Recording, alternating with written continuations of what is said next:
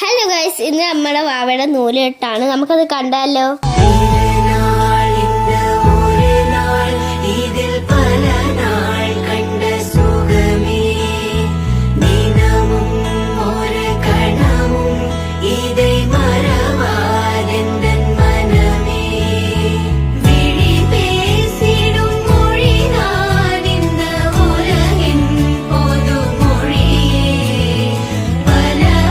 ചടങ്ങൊക്കെ കഴിഞ്ഞ് ഇനി ചോറ് കഴിക്കാനുള്ള തയ്യാറെടുപ്പിലാണ്.